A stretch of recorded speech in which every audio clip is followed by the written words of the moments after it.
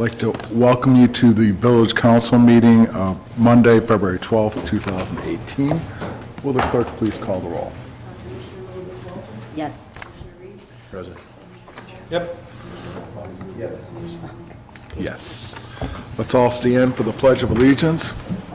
I Pledge allegiance to the flag of the United States of America and to the republic for which it stands, one nation, under God, indivisible, with liberty and justice for all.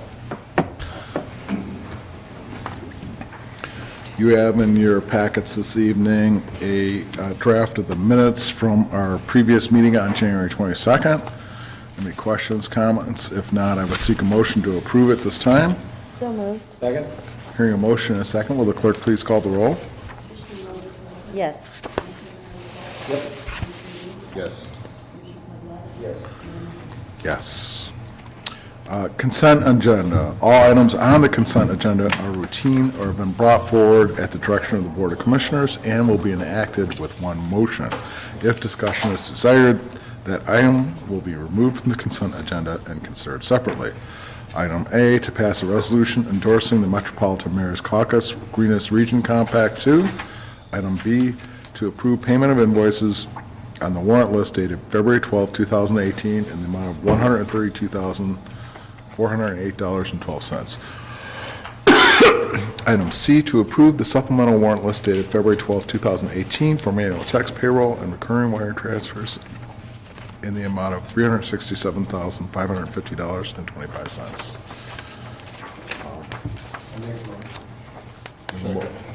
Motion and a second to approve the consent agenda. Will clerk please call the roll? Commissioner Palos? Yes. Commissioner Reed? Yes. Yes, sorry. I'm like so intrigued by the agenda, I was just staring at it. Yes. Yes. Old business. Any items of old business to be brought before the council at this time? Hearing no such requests. Information updates, Public Works and Streets, Recreation Report, Commissioner Malovich Walters. Thank you, Mayor Mahoney. I have nothing on the agenda, just two very quick announcements. First of all, Public Works Department have been working on the site vision of traffic at street corners, so that you can see around the corner, because there's been snow piled up from all the big storms over the past weekend. The sidewalk along 123rd Street will be cleared as soon as possible. They're starting tomorrow working on clearing that and continuing to remove snow from the corners so that you can have a better line of sight as you look to cross the street. And then my other announcement is this Saturday, February 17th, we're hosting our annual It's Chilly in the Park. The event will be held at the Recreation Center inside the gym, not outside. 8901 West 123rd Street. We will have live music by Dave and Mitch. We are still accepting chili cooks. The fee is $25 or $20 only if you pay before Saturday.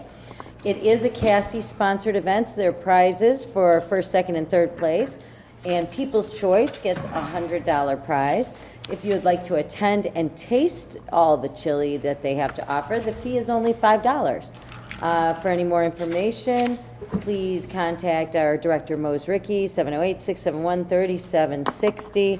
The time is, the doors open at 12:30, tasting starts at 1, so be there early so that you can get to taste all the chilies that you want to taste and listen to music and have a good time. And that concludes my report. Thank you kindly. Commissioner Reed, Building and Public Property. Thank you, Mayor. During cold weather, take preventive action by keeping your garage doors closed if there are water supplying lines in the garage. Open the kitchen and bathroom cabinet doors to allow warmer air to circulate around the plumbing. Be sure to move any harmful cleaners and household chemicals out of the reach of children. When the weather is very cold outside, let the cold water drip from the faucet served by exposed pipes. Running water through the pipe, even at a trickle, helps prevent pipes from freezing. Keep the thermostat set to the same temperature both during the day and at night. by temporarily suspending the use of lower nighttime temperatures. You may incur a higher heating bill, but you can prevent a much more costly repair job if the pipes freeze and burst. If you will be going away during the cold weather, leave the heat on in your home, set to a temperature no lower than 55 degrees Fahrenheit. During the time period of January 17th through February 6th, the building department processed 6 permits, resulting in $1,159.88 of permit fees. 19 inspections were completed during the aforementioned period. Madam Director, is there anything that I missed? I have nothing further, thank you. Thank you so much. That concludes my report. Thank you kindly. Commissioner Polk, Public Health and Safety. Thank you, Mayor.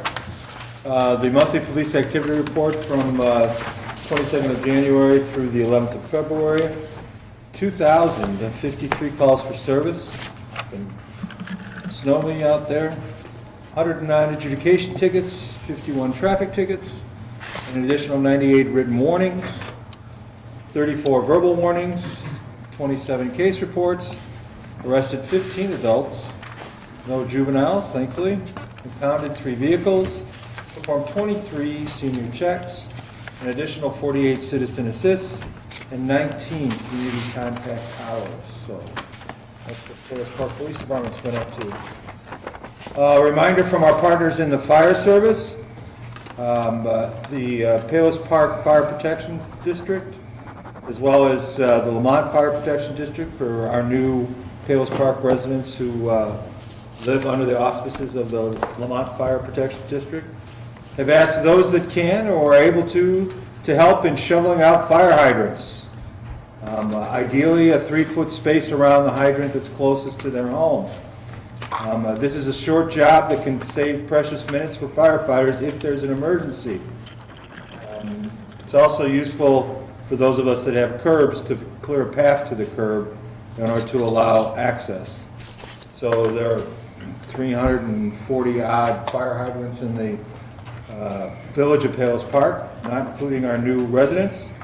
And it's a useful thing to be able to provide access to those, because if there's something on fire that requires hooking up to the fire hydrant, probably want them to have that happen as quickly as possible.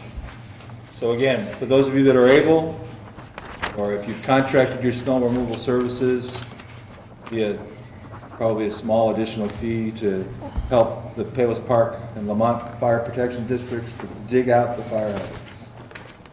Or you could pray that nothing catches on fire till the end of the week when it's going to be 47 degrees. Prayer's good, but a little bit of action is also good.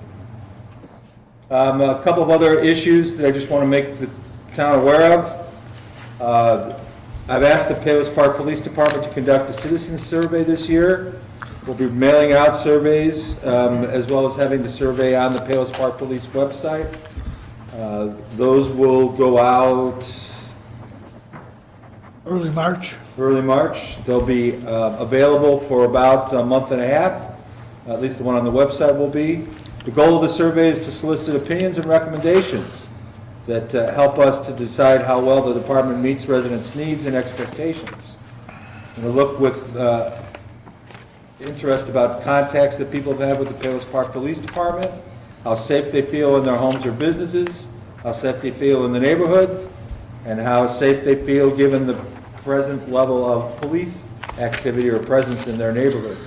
So we appreciate feedback on all of those things. We'll also ask people if the officers have responded to calls in what they feel is a timely manner, knowledge and competency, professionalism and respectfulness. So we're going to also explore our contact points of a 911 call. So we'll be talking to Southwest Central Dispatch. When you dial 911, that's where the call goes in order to be able to dispatch a Palos Park officer. So we're interested in dispatcher activity as well. So again, if you see or hear about a police department survey, that's us, and we'd appreciate your participation. For those who don't get anything in the mail, you're more than welcome to go up on the Palos Park Police website and take the survey when it gets posted. And since it will be the end of March, we'll talk about this again. The Palos Park Cadet Explorer Program is trying to recruit new members. If you're interested in the Explorer program, join us this coming Friday, 6 p.m. at the Palos Park Police Department, which is right next door. If you're interested, you'll have an opportunity to have your questions answered. And also, we've had lots of participation in this in the past. It's one of the longest standing and most successful Mentor programs around. And people have gone on not just to join the Palos Park Police Department here, but also to do a variety of different things, including the FBI, state police, other local police departments in surrounding communities. So you don't have to be a Palos Park resident in order to be able to participate in the cadet program. It provides a lot of opportunity, particularly for those who might be interested in a law enforcement career. So again, Friday, the day after tomorrow, 6 p.m. here at the Palos Park Police Department. Come on by. Do we have an idea of how many of our former cadets are in law enforcement careers? I think the last time we tried to quantify it, it was about 60 in either federal law enforcement, state law enforcement, or in local departments. We have one out in Las Vegas, in Las Vegas Metropolitan Police. One is a Missouri State Trooper. So really all over. 60. Yeah. 6-0. I thought it was that significant. No, it's been since 1999. When Carolyn came in as police commissioner, so yeah. So it's 19 years. That's crazy. 19 years of young men and women who are going through that program, and we have a lot of friends all across our state and our country who started here first and who remember us. So, nice program. Excellent. And then finally, I wanted to tell the town that the Palos Park Police Department has been selected for Illinois Department of Transportation, an IDOT injury prevention grant. The goal of the grant is to address the persistent problems of car-bicycle interactions, which can result in injuries and fatalities, particularly in high-risk areas of Illinois, including Palos Park. As part of this program, we've teamed up with Ride Illinois, which is a statewide bike organization also working with IDOT to improve roadway safety. So again, we'll be working through the generosity of a grant from IDOT to try and improve bicycle safety in Palos Park, as well as partnering with Ride Illinois people. So it's another feather in the cap. We don't have funded money to do that. It's nice to get a little bit of financial support to be able to help with that. Barb nods her head yes. Chief Miller, anything else you care to add? Nothing, Commissioner. That concludes my report. Thank you, Commissioner. Accounts and Finances. Commissioner Pablatis. Thank you, Mr. Mayor. I have no official report this evening and no announcements.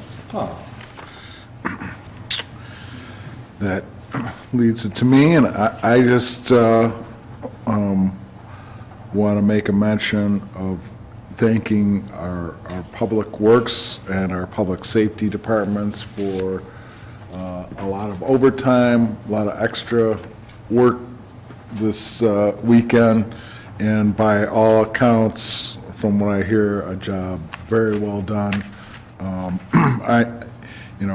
With a small staff like ours, when we have an event like this, I know it stretches resources and people are working very hard, and I just want to make sure that we are recognizing of that effort and appreciative, because I think our staff is very conscientious in the way things get done. So great job out there. Thanks for all the extra effort. And that concludes my report. Clerk Aragoni. I have no official report, but, excuse me, we did have senior club today, and I was kind of tempted to cancel because of the weather and all, but I was glad I didn't because everybody showed up. We had some walk-ins, and it was really a lively crowd today. Everybody had cabin fever. Right. And we had a really nice lunch, and the entertainer was a magician, and he was really, really entertaining. So it was a good day for everybody. Excellent. Oh, and just wanted to plug, our women's club is going to be selling hot dogs at the chili cook-off. Oh, that's Awesome. right. And Yeah, chili dogs. excellent. Awesome. Looking forward to chili in the park. Thank you very much. Manager Boehm. I just wanted to remind everybody that the village is looking at a Palos Park Bikeway and Trail Plan. It's on our website, if you want to go to palospark.org. There's some information about the plan. This is a grant study that was funded through a grant that we received through the Chicago Metropolitan Agency on Planning. And there's some surveys in there as well, so the more participation we can get on those surveys, the more helpful the information will be. So look for that on our website and any other information that's out there. Thank you. Thank you kindly. Announcements. Okay, we talked about this one. True. Oh, did you talk about the addresses? You can, go ahead. In addition to making sure that your hydrants are accessible, it's useful if your addresses are also visible. So if your address, like mine, is mounted on your mailbox or some other fixture outside of the overhangs on your home, it might be useful to brush it off, shovel it out, so that when the first responders are trying to find you, they have some idea that that thing back there is the address that they're looking for. So hydrants are important, addresses are just important. Thank you. Excellent. Village offices will be open on President's Day. That's next Monday, February 19th. Rec Advisory Board will meet on Tuesday, February 20th at 10 a.m. in the Rec Center. Historic Preservation will not meet on February 20th as there are no agenda items. Library Board will meet on Wednesday, February 21st at 7 p.m. in the library. Palos Fine Arts will meet on Thursday, February 22nd in the Captor Administrative Center at 3:30 p.m. Please note that this meeting was rescheduled from February 15th. And that concludes my announcements. Citizens and visitors comment period. Anyone from the audience like to address the council? Mr. Beal? Robert Beal, 8506 West 119th Place. I got a question. Are my wife and I entitled to equal protection under the law? You want to consult your attorney? I don't even know how to answer that question, Mr. Beal. Well, the proper answer is yes. Without context, it's hard to answer questions in a vacuum. Well, see, we're citizens of America. We're entitled to equal protection under the law, regardless of where we live in America. So the answer would be yes. See, because I noticed some people are crossing their fingers when they're saying to the pledge, when they get to the part about equal justice for all. Your police chief threatened me with arrest, not knowing whether a crime was committed or without any evidence that if a crime was committed, that I did it. He's also been spreading the rumor that this crime was being looked at as a hate crime because I'm some kind of homophobe. For the first 30 years in Palos Park, I lived next to a homosexual couple, and we were the greatest of friends. And when they died, I missed them dearly. And I don't appreciate you slandering my name. Also, Kathy, who's in charge of Freedom of Information requests, illegally denied me a copy of a survey that you people hold. She cited some law, which is total nonsense. I have copies of it here. I'm going to discuss this with Mr. Reed later. And there are a few other things. about the hired help here that really pissed me off. But I'll be discussing that later.